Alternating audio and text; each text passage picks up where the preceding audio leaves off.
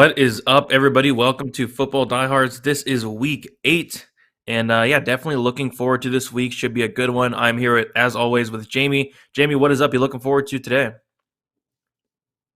Yeah, absolutely. I got some Halloween football. I'll probably catch the first half of the 1 o'clock games before we hit the streets for candy. But it's a fun one, and I don't miss the Giants. They're on Monday night. How about you? What do you got going on today? Nothing really. Just sitting back, relaxing, watching some football, and enjoying the day. Hopefully, making some money as well. But I say Hmm. we get into it as always, and we're gonna go game by game here. We'll talk some ownership along the way, talk some strategy, cash, GPP, all that good stuff. And we have the very first game of the week, and it's going to be the Bengals going against the Jets. And I'll let you kick this one off on the Bengals side. What are you looking at here for this one? I think there's a lot of ways you can go in all formats on the Bengals side. Being primarily a cash player myself, T. Higgins is the first one that jumps out to me here. His average depth of target has been discouraging with Jamar Chase doing what he's doing. But what you want to take away from this for DFS is that he's only 5,200, and actually his target share is blowing Chase out of the water. He's averaging almost 9 a game. Um, it's Chase is just getting all the buzz as he should, and he's got the chemistry with Burrow. But against this Jets defense, at 5,200 and at the ownership, which I'm looking at right now, that Higgins is coming in as the fourth highest owned on our site. I think he's a really good starting point in your placeholders for cash. And then Mixon also fits the bill pretty nicely here. He hasn't been what we wanted him to be in the passing game, but the Jets have given up the most fantasy points per game to running backs this season. And Mixon is getting workhorse like carries in this one. So I'm fine if he's in your cash. He's definitely an awesome GPP option. And Higgins is probably going to be close to a core play for me in cash. How about you? How about Chase? I didn't mention him. What are you doing with him? And how about the Jets? Yeah, it's just crazy to see the price tag on Chase, but I think it's absolutely warranted, right? Like, just it's crazy. Like week 1, he was 4,800, and now he is 7,500. And like I said, I mean, he's looking phenomenal out there. But yeah, I'm with you though. I think Higgins is where I look to. 5,200, very cheap. I do like that quite a bit because there are other guys I do like a little bit more than Chase up in that price range we'll talk about. But yeah, T. Higgins, you mentioned it. He's getting like around 9 targets a game, had 15 targets last week. So, especially in cash, like this seems like a very, very good cash play. So, I'm right there with you on Higgins. I think Mixon's fine as well. Don't mind stacking up the Bengals offense in this game against the Jets. On the Jets side, a couple pieces do stick out. So, Corey Davis is doubtful. I think that does open up some things for guys like Jamison Crowder. I think is going to get more work here. 4,800. I don't hate Jamison Crowder. But really, that's about it. I mean, I had some interest in Michael Carter, 4,900, but I don't really see myself going there a ton. Anything else sticking out to you on the Jets? I like Carter at 4,900. He's a guy that I was down on coming into this season, but Mike White when he came in was just check down central all day to him, and I imagine it's going to be the same thing. So if you're looking for a filler at 4,900 at running back in your GPPs, you got 9 targets out of the backfield, and he was adept in the receiving game in college, so I'm fine with him, and I agree with you on Crowder as well. But outside of that, I'm not playing any Jets. Yeah, if I need to like absolutely save the salary, I think Michael Carter is a decent option. But we'll move on to the next game, and we have Miami going against Buffalo. So I'll let you kick this one off as well. So on the Bills side here, what's sticking out to you the most? Well, the Bills, I play both sites. The Bills are a little bit more manageable to get in there on FanDuel, but than they are in DraftKings with the pricing. But I mean, they got a team total of 32 points. The Dolphins got Xavier Howard and Byron Jones back against Atlanta last week, but it didn't seem to matter at all. They are in a position now where I think they're tanking for number one overall now. But Josh Allen Josh Allen and Stephon Diggs, Beasley, Emmanuel Sanders, all great to play as a GPP stack in this one with a team total of 32. Um, the running backs, I think, they're still running a pretty even split, but they had 10 touches last week. Moss outsnapped Singletary by a little bit, and ran one more pass route. So that's pretty much a complete timeshare.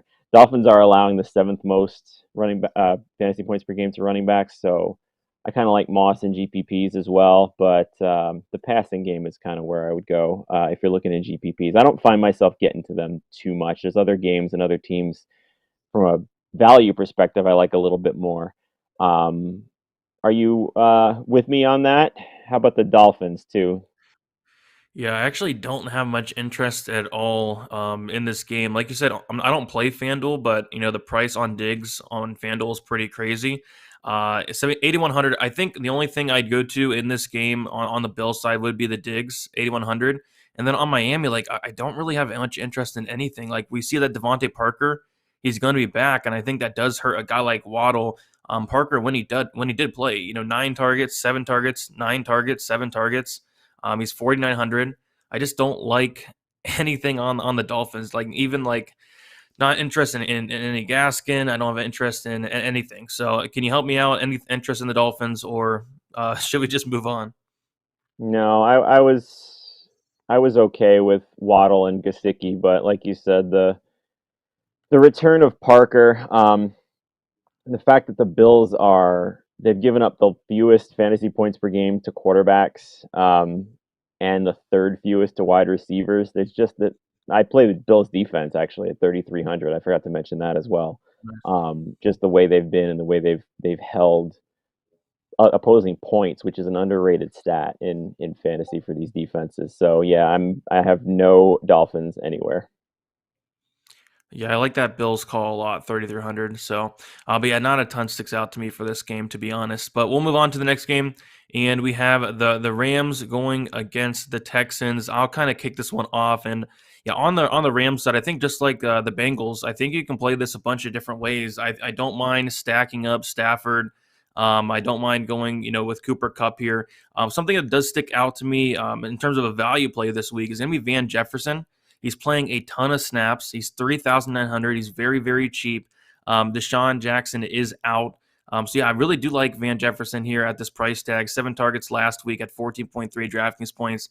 Don't hate him in terms of like a very cheap stacking option.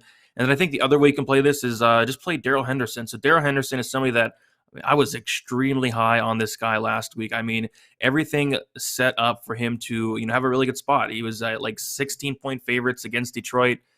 Detroit's run defense is very bad, and they threw the ball like 42 times and then only ran it like 15. He scored 9.4 DraftKings points to not find the end zone. I think people have not seen the ownership yet. I'm about to pull it up, but I think people might be off of Henderson this week. And if they are, like, I'm going to be very, very heavy on him. I don't mind going back to him because it's kind of the same situation as last week. Like, they're big favorites.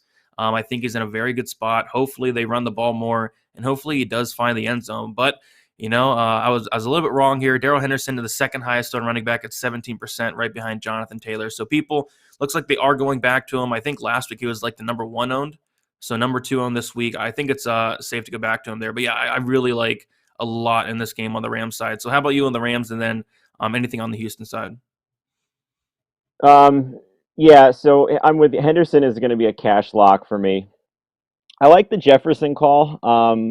And I was actually kind of slow on the uptake about why he's getting some decent ownership, and I really couldn't figure out why. But with Deshaun Jackson out and the amount of routes and targets he is getting, that's a solid sub 4,000 punt, especially in GPPs with this team that is perpetually coming in with team totals over 30, and they do again. So where are you on Cooper Cup as far as you know, the fact that his price is kind of at peak right now? He's 9,000 on DraftKings and he's 9,200 on FanDuel, and he's still coming in as the highest owned on both sites. Um, is that something that is worth it to you to spend up for in cash, knowing that Derrick Henry is cheaper, Alvin Kamara is cheaper, every quarterback is cheaper? Like where are you on Cup as far as price tag goes? Yeah, I haven't build my cash lineup yet.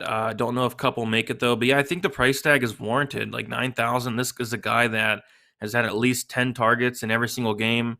He scored at least two touchdowns in four out of what the 6, 7 games he's played thus far. I think it's definitely warranted. The guy's getting a ton of targets. Even in games like last week, I expected him to run the ball more. He still got 13 targets. I think he's fine. For cash games, though, I don't know if I can get there. I mean, if I have the salary, absolutely I can go to Cup. But to be honest, I haven't really messed around with cash construction yet. But yeah, what I will say though is I think yeah, if you have the price, if you have the salary, go up and get him. I mean, this guy he's unstoppable. Looks like I thought that there would be some regression, but we're now into week 8 and there has not been any regression. So I'm gonna keep trying to get to Cooper Cup as much as possible. Yeah, yeah, he's not making my cash lineup, I don't think, this week, just because there are so many mid-tier plays that I like. One of which is on the other side of the ball. Um, and I use like a little bit loosely. I would have loved him if Tyrod Taylor had been able to come back, but it looks like he's not going to. So it's another game of Davis Mills at quarterback, which has predictably hurt Cooks' production, but not his target share. He still has over a 30% target share. His price has dropped all the way to 5,700 on DraftKings. And Jalen Ramsey isn't shadowing this year. So that's really, really good news because Cooks is likely to avoid him. And we've seen Jalen Ramsey be Jalen Ramsey all season on number one receivers, but I don't think he's going to be an issue with Cooks this week. So I think you can play Cooks in all formats. He's getting ownership too. He's over 11%. Looks like the seventh, eighth highest owned receiver on DraftKings. I don't think you need to play him, but I think if he fits in there with those 5, 6K wide receivers, he's a good play there, and definitely the only bring back that you want with Ram stacks. Yep, agreed. He's probably the only guy I look to on the Texans for sure. But yeah, like you said, I think that Davis Mills that does hurt Cooks a little bit, but I still think he's definitely a play. 5,700 is pretty cheap. Anything else for this game? No, I'm not on the running backs. Even with Mark Ingram traded, they got a team total of uh, what 16 and a half. So I don't see that running game getting any kind of traction in this one where they're over 2 touchdown underdogs. I mean, I guess David Johnson might get the passing work. He's getting 5, 6 targets a game, but I don't know. You don't want this offense. Yep, I can agree with that one. But we'll move on to the next game. We have the 49ers going against the Bears. I guess we'll start on the 49er side. What's sticking out to you on this side here? Well, the fact that Jimmy Garoppolo is starting is, I think, really good news for Deebo Samuel. I do think we have to acknowledge the fact that any kind of poor play now gets a benching from Jimmy because Trey Lance is healthy and active. But I mean, in Deebo Samuel's last 10 games, he's averaging over 100 yards and he has 6 touchdowns. He has 46 targets thrown to him from Garoppolo. The next highest on the team is Ayuk with 12. So that's a passing offense completely dominated by him. George Kittle is still out. So I really like Samuel in all formats. And Elijah Mitchell, he seems to be committed to as the lead back there. The only problem with him is that when Hasty came back last week, he had 6 targets in the passing game, and Mitchell didn't have any. So, if you're going to play him on DraftKings, I think Mitchell's a better play on FanDuel with half PPR. But if you're going to play him on DraftKings, you need him to score. Otherwise, he's going to disappoint you, which is concerning because the Bears are a decent run defense. They're better against the run than against the pass. But I'm okay with Mitchell being played. But Deebo Samuel is the one I want. Anybody on San Francisco that you think I'm missing or that I should be higher on? And where are you going with the Bears? I'm curious to hear your thoughts on the Bears with, if everyone's all over it because Matt Nagy's not coaching this game to say like, well, finally, but where are you going with that one? Yeah, we'll see what happens there. So on the San Francisco side, I 100% agree. I think Debo's very interesting. 5% owned, which is pretty intriguing to me. We mentioned Jimmy G is going to be back here. Of course, we have no Kittle still. He's the guy there. So 7,400, I do like that quite a bit. On to the Chicago side, I just can't get there, man. I mean, Robinson, it's crazy to see this guy's price tag just keep dropping week after week after week, and we're now in week 8. Like, how low is it going to go? He's now 4,900, which is just crazy. He started out the year 6,100. It's 5,100 last week. It just keeps dropping, and rightfully so. But yeah, I mean, nothing. I mean, Herbert. You have Damian Williams back as well. It's just it's a mess on Chicago for me. I just don't really see anything. Um, you know, any interest for you in any of these Chicago players? I just can't get there, man. Um, no, not really. Herbert Herbert has been a bright spot for that offense. He's not only getting, even with Williams back last week, he still got 82% of the touches in the backfield. And he's playing well. But I mean, even if they do change the playbook and Matt Nagy's absence just all of a sudden opens things up, they still have the worst offensive line in football. And San Francisco has Nick Bosa and Eric Armstead that are going to kill them on the line. So I like the 49ers defense. I don't like the Bears offense. Yep, I actually do like the 49ers defense quite a bit. They're 3,500 as well. So, yep, I think that's about it for this game, though. We should move on to the next one. We have the Titans going against the Colts. I'll kind of kick this one off. So on the Titans side, there are two players that stick out, and it's going to be Derrick Henry, 8,900, and then it's going to be AJ Brown, who is 6,900. We see the AJ Brown coming in at about 8% ownership, and then last time I checked, I saw Derrick Henry was shockingly not the highest own. He was like coming in like the fourth highest own. Actually the sixth highest own. He's 11%. Like, that seems way too low for a guy like Derrick Henry. I mean, this was a guy that was like top 2 in ownership last week, had kind of an off game. Still carried the ball 29 times, had 2 targets, 2 receptions, and now people are going away from him even after a price drop. So, yeah, it just makes no sense to me. So, yeah, I'm gonna be on Henry here, 8,900. I don't get this ownership at all, and it definitely intrigues me more to make it a focus to get Henry in my lineup. Any thoughts for you on that ownership? Any thoughts for you on AJ Brown and the Colts side as well?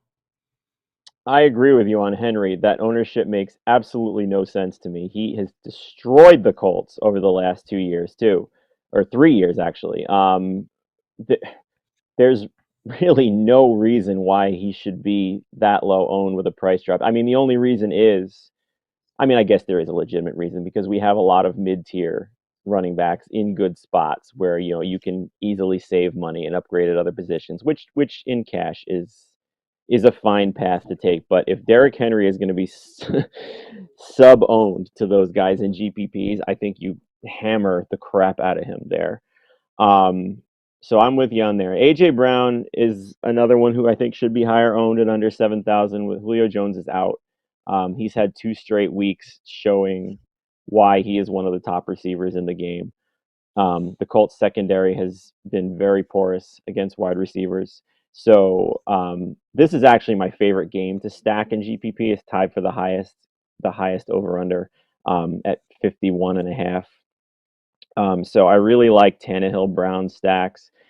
Then if you go over to the Colts side, it's the same idea. Carson Wentz has very sneaky played really well lately. He's averaging 9 yards per pass attempt over the last 4 games. He still is turnover prone, which is tough, but this is not really a defense that forces turnovers. I like Pittman with him a lot. And then Jonathan Taylor has apparently taken over as the passing down back as well. So if that's going to be the case, I think we're now talking about a guy who has RB1 upside every week with the way he runs, and if he's going to take over, he has 12 or 4 more targets than Naeem Hines over the last 4 games, and he's run 10 more passing routes as well. So I mean, put him anywhere you want. Cash, GPPs, stacks of this game, one-offs in GPPs, whatever you want to do. Taylor is set to smash in this one. Um, Agreed on your end? Anyone else on the Colts? No, I agree, and it looks like everybody else agrees as well because we have Taylor coming in at the highest owned, 17.5%, number one owned running back on the slate this week projected. But yeah, I think you pretty much covered everything on the Colts side here. I think yeah, Pittman's definitely in a great spot. I believe the Titans have given up the most DraftKings points to opposing wide receivers. T.Y. Hilton is questionable. Did you hear anything about if he's going to play or not? Last I had seen, he was on the optimistic side of 50-50. Um, I guess if he does play, I guess you can throw him in if you want to, double stack someone alongside like the whole passing game, Wentz, Pittman, and somebody else. He'd be the only other guy I'd be interested in there, but we'll have to see his status. Yeah, for sure. But yeah, I think Jonathan Taylor. I like both running backs in this game a lot. But yeah, I think we covered everything in this one here. But we'll move on to the next one, and we have the Browns going against the Steelers. So we'll start on the Brown side here. What's sticking out to you on this side?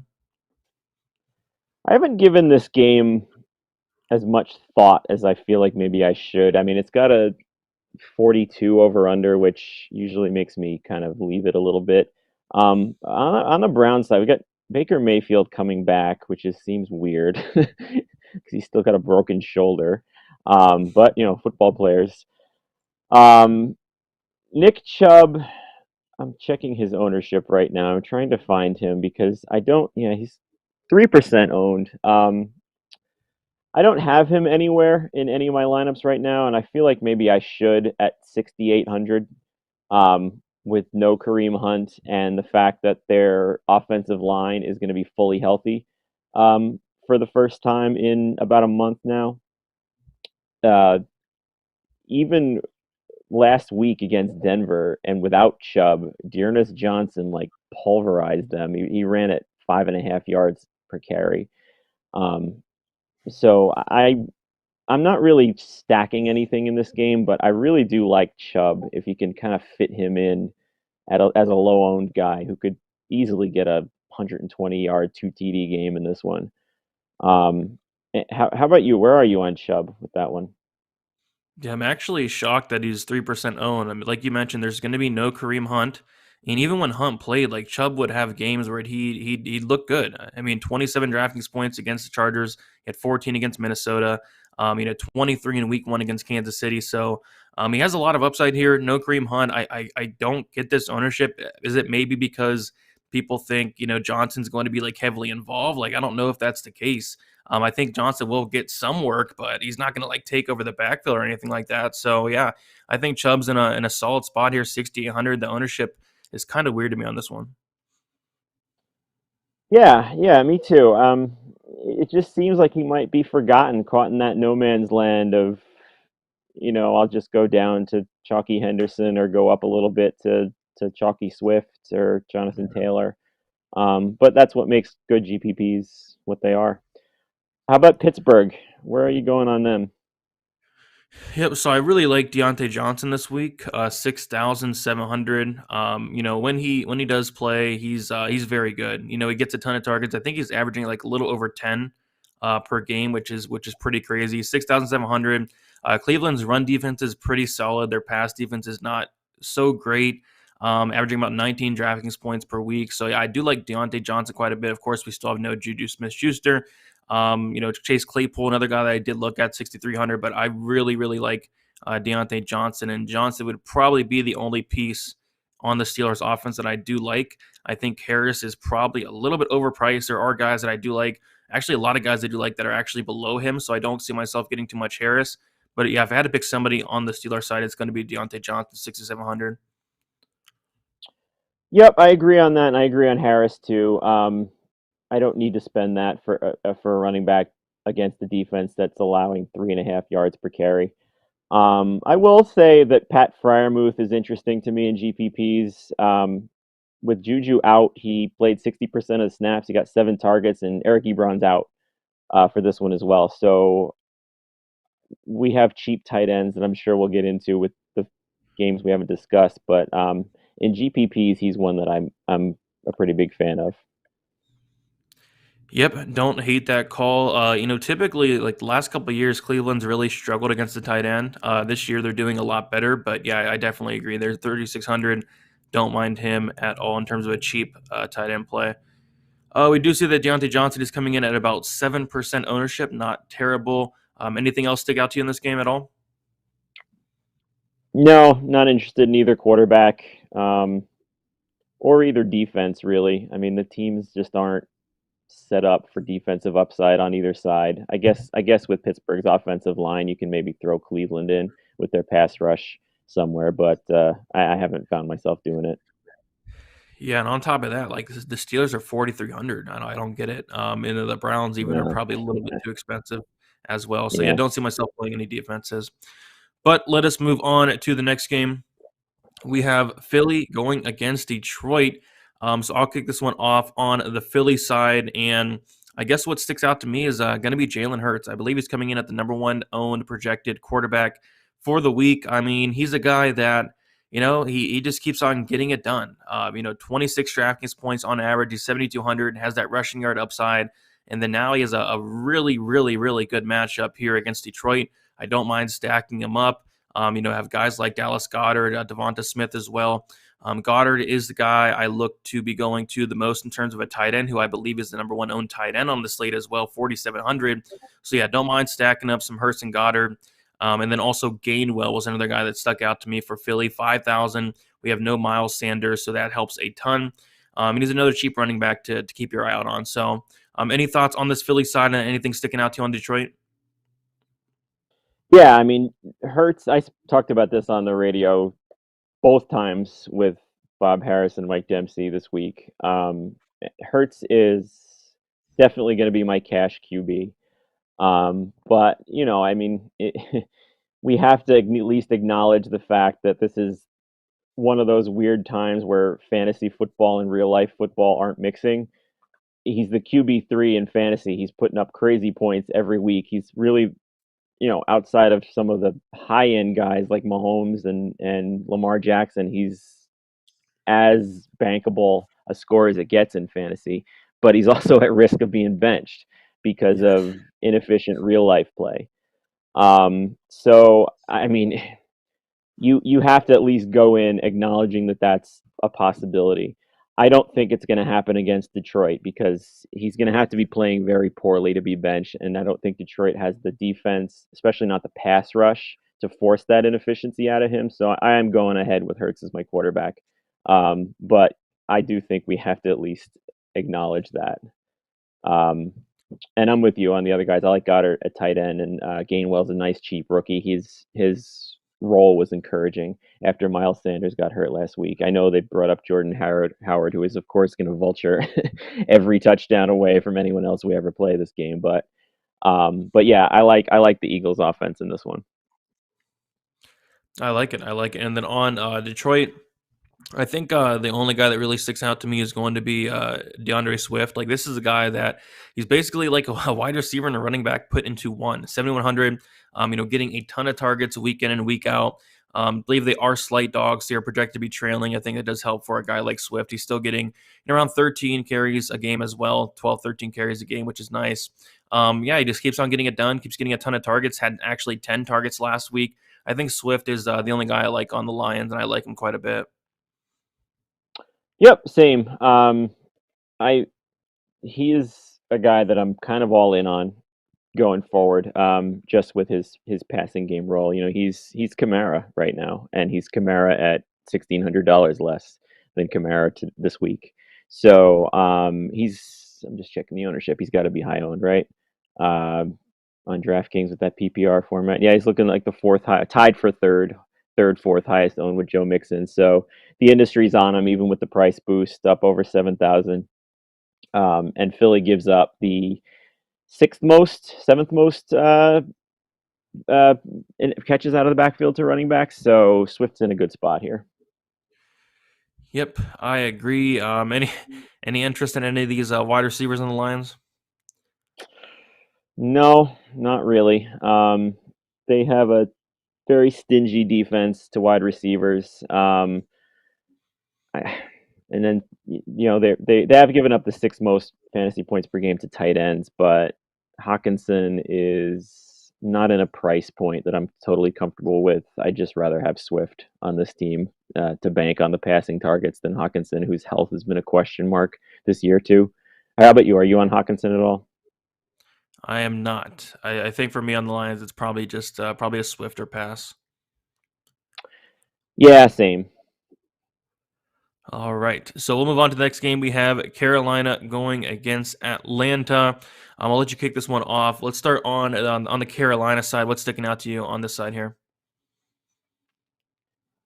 Well, for Carolina, first of all, Atlanta is my favorite team to stack this week. So I'm kind of going to be talking about Carolina as almost a bring back thing to the Atlanta stacks that I'm going to be pretty heavy on. DJ Moore is huge, I think, this week. Atlanta's top corner is out. AJ Terrell is out for this one. The Falcons have the fourth lowest pass rush percentage on this team or in the league. And they've allowed the 11th most fantasy points per game to wide receivers. So Darnold is not to be trusted anymore, but DJ Moore still is. So I really like him in a bounce back this week after 3 straight games without a touchdown, because he's got huge upside against this Atlanta team, and he to me is the perfect bring back to these Atlanta stacks. And then you can play Chuba Hubbard still. Royce Freeman cut into his passing snaps a good amount last week, which is concerning, but Hubbard still had 12 more touches than Freeman, and Atlanta has struggled against the run this year. So I think at 6,000, he's playable in really any format, but he's not someone that if I'm going to a Carolina play, it's DJ Moore. Anything Yeah, I anything don't. more on you? And where are you on Atlanta? Yeah, I don't Love hate that Atlanta. the Hubbard call there. We see that DJ Moore coming in about 7.5% ownership. I did take some shots on Moore last week in terms of like a really low owned play there. It didn't work out entirely, 13.3 DraftKings points, but I think I might go back to him this week against Atlanta. Even better matchup here. I do like him quite a bit, especially seeing that he's not like crazily high owned there. So I'm with you there on Moore. On the Atlanta side, there are some things I like here as well. Calvin Ridley is a guy that I was very high on last week. He did score a touchdown, which was nice, but he still has not had that big game that I'm looking for. His best game, 19.3 DraftKings points against Tampa Bay. Could it be here? Potentially. I mean, I'm going to keep playing him. He's 6,600. He's way too cheap. But I would like to see him, finally, have that big boom game that I was kind of expecting, like for the majority of games. But the targets are still there. He's averaging over 10 per game. That's good. But I would like to see him, find the end zone more. It was nice to see him find the end zone last week. But yeah, this is a very, very good matchup. Very good matchup against Atlanta here. And I think this is a game that Calvin really could have a breakout game here for the year finally. And then also Kyle Pitts is interesting to me. We do not have Travis Kelce on the slate. So I believe Pitts is the highest priced tight end on the slate, 6,300 here. And he's finally doing what I expected him to do whenever I was all over him in like week 1, week 2, and week 3. And now he's finally going off 26 DraftKings points in week 7. He had 29 in week 5. They're throwing him the ball a lot. The targets have never really been a question here for Pitts. So yeah, for me, it's Kyle Pitts and it is Calvin Ridley. And I don't hate him at all. Agreed. And I'm throwing Cordarrelle Patterson in there too. I admit that I am late to the party on this guy. I scoffed at what was happening with him. I've been preaching sell high before the bottom falls out. Looks like it's not gonna fall out though. He out of their bye, he just became the feature back over Mike Davis. Mike Davis is borderline unrosterable now. He had 12 more touches than Davis, 73% snap share. Patterson is on pace for 1,500 yards and 17 touchdowns. It's incredible what he's done just in an offense that apparently just knows how to use him that other offenses didn't. So he is somebody that I am heavily on this week at 6,200. In addition to Ridley and Pitts. I totally agree with you what you said there. I think this offense is in a spot where you can stack them all together. Matt Ryan's averaged over 300 yards per game over the last 5 starts, so there's a lot to go around. They're not running the ball. Mike Davis is terrible. So they're just going to pass on this team. I do have a question for you, though. Are you concerned at all with Stephon Gilmore being active for Carolina in this one? Not entirely. No, I mean, I think yeah, a little bit. It kind of hurts it a little bit, but I think I'm still fine with it. Yeah, I don't think, if Ridley was like 7,500, maybe I'd think Yeah, twice about it. But I mean, his price tag is ridiculous, and you got to figure that too. Gilmore's on, right? yeah, yeah. Like the price, Yeah. like you said, if he was more expensive, then yeah, would hurt it a little bit. But yeah, he's just so cheap. Like 6,600, like that's way too cheap. Yep, agreed. And on FanDuel, he's 7,000 as well, which is also too cheap. So I mean, I would just go ahead with him and not worry about the presence of Gilmore in this one. Yeah, we see that Patterson though coming in about 6% ownership, so pretty low own there for Patterson. Yeah, I can't argue that. I mean, the guy's been getting it done. He's a big focus in this offense now, so yeah, don't mind that. Amen. All right, so let's move on to the next game here. We have the Patriots going against the Chargers, and yeah, not a ton sticks out to me for this game. I guess on the Patriots side, I'll kick it off, and again, not much sticks out. I think that Harris is interesting. So he's 6,100. The problem for me is I just like guys around the price tag a lot more. But, he's been looking really good. They're giving him the ball. He had 14 carries. Week 7 also had 2 targets, 2 receptions, 28 DraftKings points, scored twice in that game. The matchup is not terrible at all against the Chargers here. I think Harris is interesting. I think he's in play. But again, I just like other guys more. And then also on the tight end side of things, Hunter Henry, you brought him up last week, and you said that he has scored in like the last 3 games, and now it's the last 4 games. So maybe it could be 5 here. He's a cheap tight end that I do have my eye on. Don't love it, but somebody else to mention, a guy that has scored 4 times in a row.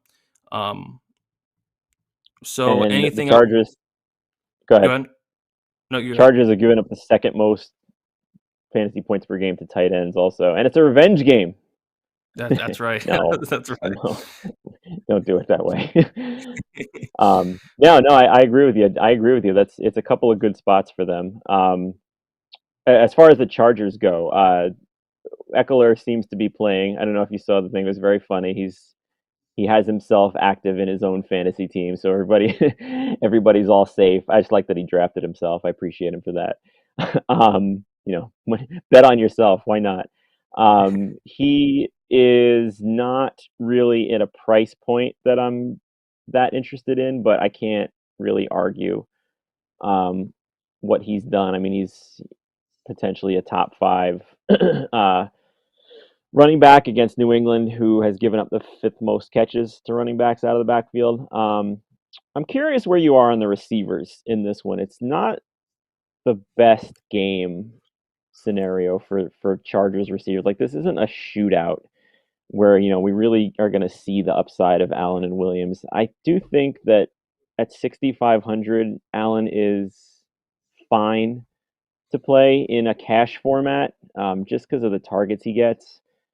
I mean, he had 5 against Baltimore last time they played in week 6, but before that, 9, 11, 12, 8, 13. So like, his target share is good for cash. His average depth of target is not for GPPs, but where are you on those two guys, Allen and Mike Williams? Yeah, I just don't love this price tag on Mike Williams. Like there are guys I like that are a lot cheaper, guys I'd rather go up and pay for than Mike Williams here. I mean, the thing with Mike Williams is, he's a boomer bust player, and it's been more boom this year. But we've seen games where he'd have 2 DraftKings points. He'd had 4. He had 4 against Baltimore as well. But with that said, he's had a 40-point game against Cleveland, a 36-point game against Kansas City. So, but yeah, too expensive for me in terms of Mike Williams. But I think the upside could be there. And then also Keenan Allen is probably where I'd more so lean towards 6,500. He's cheap. This is probably more of a cash game consideration for me. I don't know if I go in there in tournaments. Allen has not, scored a ton this year, but he has been very consistent with his targets, with his receptions. He's probably good for around 10 plus targets, a good 8-9 targets as well, or 8-9 receptions as well. But in terms of like the upside, I just don't really see it for tournaments there. So cash, if anything, for Keenan Allen, but there are some other pieces I'd probably rather go to than Allen and Williams here. Yeah, and in addition to that, he's 6,500. We already mentioned Ridley at 6,600, who I much rather have. AJ Brown is only $400 more. I'd much rather have him. Deontay Johnson, who you mentioned earlier, is what, 200 more. So that range, I just think there are better overall options. Godwin, who we haven't mentioned yet in the late game, is cheaper. Like those are the guys I'm looking at in that range first. Yeah, 100%, 100%. We do see though that Keenan Allen coming in at about 7% ownership, and then we see that Mike Williams coming in at about 9% ownership, which I believe that makes Mike Williams around like the 10th, 11th highest owned. So yeah, I don't see myself really getting to either this week, at least in tournaments. Cash games, maybe Keenan Allen, but like you said, there's like so many other pieces that I'd rather go to. Yeah, I agree. I'm still tinkering around with that. I'm fine if I have to use Allen, but I'm not pushing for it either. Yep, for sure. So I think we covered about everything in this game here. Anything else you wanted to mention? No, I think we're good on this one. All right, sounds good. So we'll move on to the next one. And we have Jacksonville going against Seattle. And this is a game I don't have a ton of interest in on either side. But is there anything sticking out to you? One thing, one thing that sticks out to me is for cash is Dan Arnold at 2,800. And I'm just going to check the tight end projections or the tight end ownership as I'm talking. I imagine he's going to be the highest. Nope, he's second highest, just barely under Dallas Goedert. So, I mean, that's definitely the way I'm going in cash. At $2,800, we've talked about some of these high price stud players that you want to get at least one of them in there. Arnold for me is the way to do that. Um, it's he's nothing that's going to break the slate, but at $2,800, he ran 62% of snaps and 30 routes in week 6 for Jacksonville. So, I mean, if he catches 4 balls for 40 yards in this one, that's fine for cash game at 2,800. So, other than that, I'm not really looking at anybody on the Jacksonville side. Certainly not looking at anybody on the Seattle side with Geno Smith under center. How about you? Where are you going? Yeah, Arnold, cheap tight end. Don't hate him at all. Probably will be my cash tight end as well. But I think James Robinson could be semi-interesting in this week. 6,600. What are your thoughts on James Robinson? Like he's actually, he started out the year kind of iffy, but they've been starting to give him the ball a lot more. He had 4 targets last week as well, or 2 weeks ago. Any thoughts on James Robinson? He's fine. Seattle has really struggled in run defense, so I'm fine with him. But this is going to kind of fall into that same category we talked about, where at 6,600, I'd rather have Henderson, Mixon, Taylor, Cordarrelle, Patterson, Fournette, Chubb. All around those guys. I all have them a little bit better than Robinson, so I'm likely going to not get to him. But yeah, I have no complaints about Robinson. Yeah, for sure. Yeah, he'd be the only other player I would consider in this game. But we'll move on to the next one, and we have a very intriguing one. We have Tampa Bay going against New Orleans, and I'll kind of kick it off on the Tampa Bay side. And so we do have Antonio Brown is out again, and I just think that makes Mike Evans and Chris Godwin a smash spot once again. Like last week, Mike Evans, the dude had 3 touchdowns, 31 DraftKings points. And Chris Godwin, who I was all over last week, I think we both were 6,400 this week. He was 5,900 last week, so they did price him up a little bit, but he had 11 targets, 8 receptions, 111 yards, scored 28.1 DraftKings points, and I just don't really see any reason why they can't do it again this week. Rob Gronkowski is questionable, and I don't like this because it is a 4 o'clock game. But if Rob Gronkowski does play, like I really do like him. No Brown in the spot.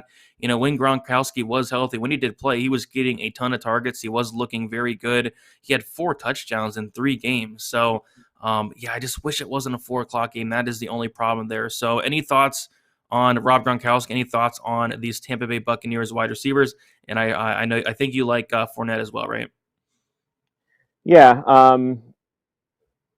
Godwin though, I'm with you 100%. He's going to be a staple in my cash. Evans will be matched up with Marshawn Lattimore, who has a good history against him.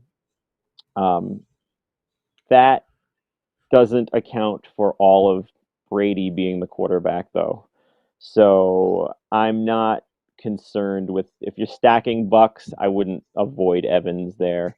I'm not going to play Evans in any kind of cash format. Godwin's the guy there. Agree with you on Gronk. It's annoying. I thought he was like all good to go, but now it looks like he's truly questionable.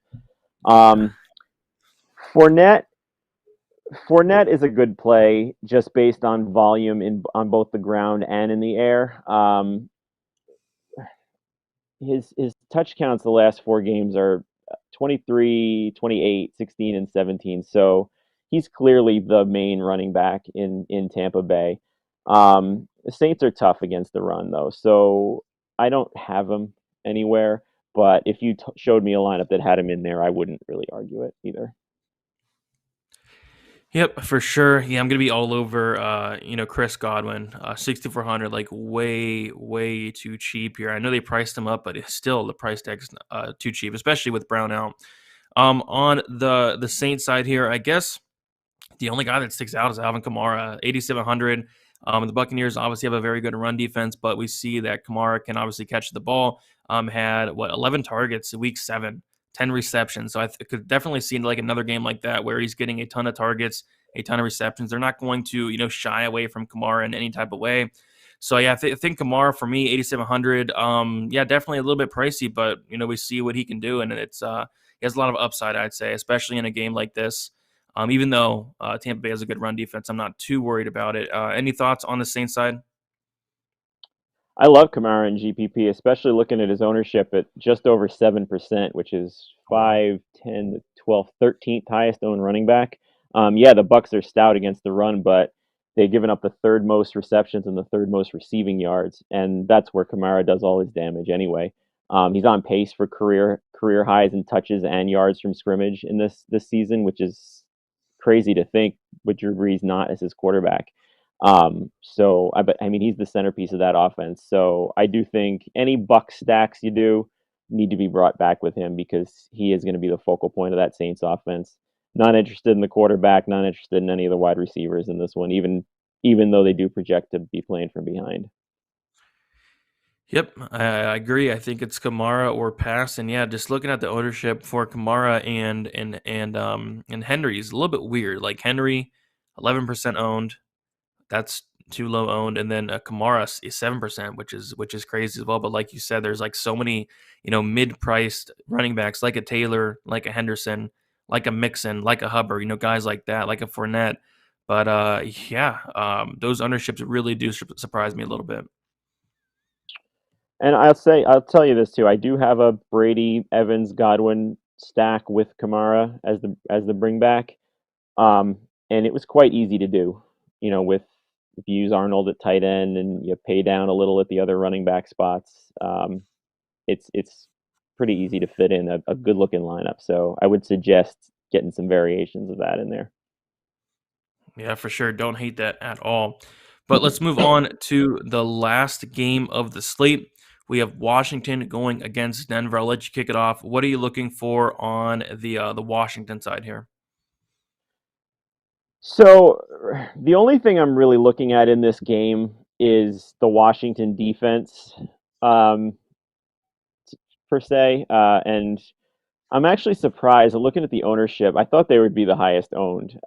They've been bad, as far as preventing points. Their secondary's a mess, but they're still third in pass rush rate, and they're 2,100 against this Denver offense, which looks like they've been exposed now for what they are the last few weeks.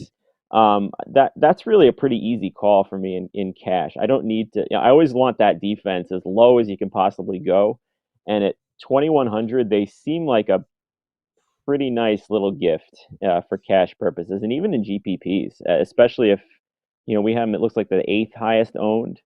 Um, they got GPP ability as well too. I'm sure they're going to get 3, 4, 5 sacks in this one, and if they're leading, that's the possibility for turnovers as well. So yeah, they're definitely going to be my defense in this one. It's, I don't really know as far as the offenses in this game go. I mean, McLaurin is always in play. The Broncos benched Kyle Fuller recently for poor play, so their secondary is not good this year, which is surprising because it looked like they were going to be one of the better ones. And McLaurin is averaging 11 targets with Heineke at quarterback, so fine with him anywhere. Did I miss anything? How about you? And how about Denver? No, I'm with you 100% on the Washington football team defense call. They're 2100. You really don't need much, and it allows you to go up and get other spots you do like in your lineup. So yeah, I'd be happy with the 5-6 DraftKings points from them. That'd be fine there. So hopefully, I do get that. Yeah, I think you covered everything perfectly on the Washington side, though. But on the Denver side, it's pretty interesting. So like you mentioned. Although we do have some interest in the Washington defense at 2100, and they've been like really, really bad. I don't mind some shots on Cortland Sutton. He's 6,400, and then also Jerry Jeudy is making his return, and he's 4,900. Like that's pretty intriguing to me. Very cheap option here, and he only played one game, had 7 targets, 6 receptions. But yeah, Jerry Jeudy 4,900. I have not seen the ownership on him. I'm expecting it to be like extremely low. So, any thoughts on these Broncos wide receivers? Do you lean one way or another? I like Sutton. I'm with you on Sutton. Judy concerns me the fact that he needed to rest at Friday's practice. Yeah. I haven't heard anything to say that he's going to be inactive. Like they activated him from IR, and I guess the expectation is he's going to play. But I mean, I don't know if you can't get through the full week of practice. I don't know what that means for your snap count. So I really do like Sutton a lot as a tournament play. Judy, you're right. I mean, the price is really nice against this secondary, but I don't think I'm gonna get there with him this week. Just with that concern of his ankle still. Yeah, good point there. I mean, there are some concerns, some question marks with Judy. He is coming in at about 5% ownership, which is actually higher than I expected. And then we have Sutton coming in at about 6% ownership, so not much higher up there. But I guess those were the two guys I was looking at on the Broncos offense, if anything. Yeah, I agree. I'm not into the running backs. They are in a complete 50-50 split. So Mhm. neither one of them is going to be anything of any kind of real value unless one of the other ones gets hurt, and then it's kind of all systems go on them. But Gordon is playing more snaps, and Williams is getting more targets, and this is kind of where we are every week. Washington is good against the run too. Yeah, for sure. Anything in this game we didn't cover? No, I think we got it all. I mean, Noah Fant, we didn't really get into much, but I mean, he's fine, I guess too. But they got what's his name back this week, I think, as well. The other tight end with the Albert O. I'm not even gonna Yeah, try and pronounce his name, me either. but he's I guess fine too. But I think I'm with you on Sutton as really the main part of that passing attack there. All right. So yeah, that is about it. I want to ask you though before we get out of here, what is your favorite stack this week? Favorite stack is Atlanta. I'm going all in on some variations with, I got 4 or 5 different GPPs that are kind of pairing Ryan with all sorts of different combinations of the 3 guys we talked about, and then a couple with all 3 of them as well. Always coming back with either mostly more, couple of Hubbard. How about you? Yeah, it's like a close one between Tampa Bay.